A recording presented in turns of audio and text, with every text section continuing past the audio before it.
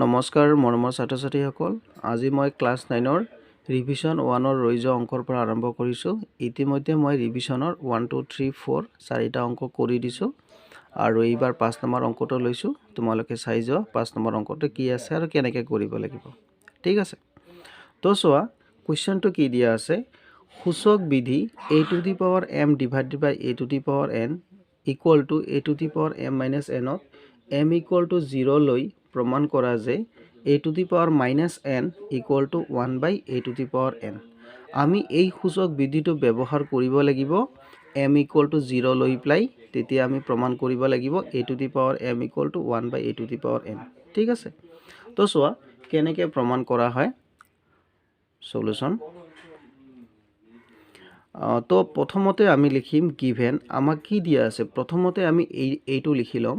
যে m equal to 0 আমাক m equal to 0 দিয়া আছে তাৰ মানে m ৰ ঠাইত আমি 0 বহাব লাগিব এতিয়া কোনটো সূচক বিধিত ব্যৱহাৰ কৰিব লাগিব যেটো সূচক বিধি ইয়াত আমাক দিয়া আছে লিখি লম a to the power m divided by a to the power n equal to a to the power m minus n তাৰ পিছত চোৱা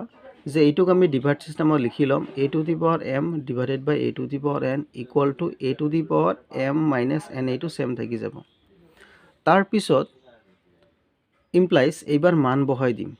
যে a to the power m ৰ মান দিয়া আছে 0 তো আমি m ৰ ঠাইত 0 বহাই দিম divided by a to the power n equal to a to the power m ৰ ঠাইত 0 minus n তাৰ পিছত চোৱা আমি জানো যিকোনো সংখ্যাৰ পাৱাৰ যদি 0 হয় তাৰ মান সকলো সময়তে 1 হয় তাৰ মানে a to the power 0 ইয়াৰ মান a to the power 0 ইয়াৰ মান হ'ব 1 তাৰ পিছত চোৱা তো a to the power 0 জায়গাত 1 বহালো বাকিখিনি সেম থাকি যাব a to the power n equal to a to the power minus n থাকি যাব 0 ৰ কাম নাই এটো আমাৰ প্ৰমাণটো আহি গল এবাৰ আমি এটো ঘূৰাই লিখিম কেনেকৈ লিখিম a to the power minus n equal to 1 by a to the power n বুজি পালা আহি গল উত্তৰটো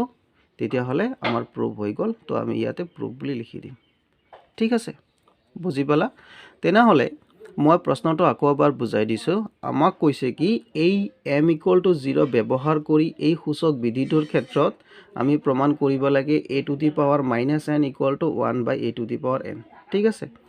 প্ৰথমতে আমি কি কৰিছো প্ৰথমতে আমি লিখিম গিভেন আমাক কি দিয়া আছে m equal to 0 দিয়া আছে তাৰ পিছত লিখিম এতিয়া এই m equal to 0 ৰ মানটো আমি এই সূচক বিধিটোত ব্যৱহাৰ কৰিম তো লিখিলো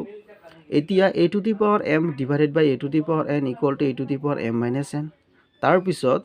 a to the power m এটোক আমি ডিভাইড সিস্টেমত লিখি লম লিখি ললো এটো সেম থাকি যাব তাৰ পিছত a to the power m ৰ মানটো 0 দিয়া আছে আমি m ৰ ঠাইত 0 বহাই দিম বাকি a to the power n same থাকি যাব equal to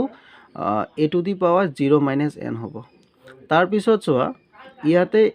a to the power 0 ইয়াৰ মান হয় 1 আমি 1 বহাই দিলু তলৰ বাকিখিনি সেম ৰাখিলু এটো তো একে থাকি যাব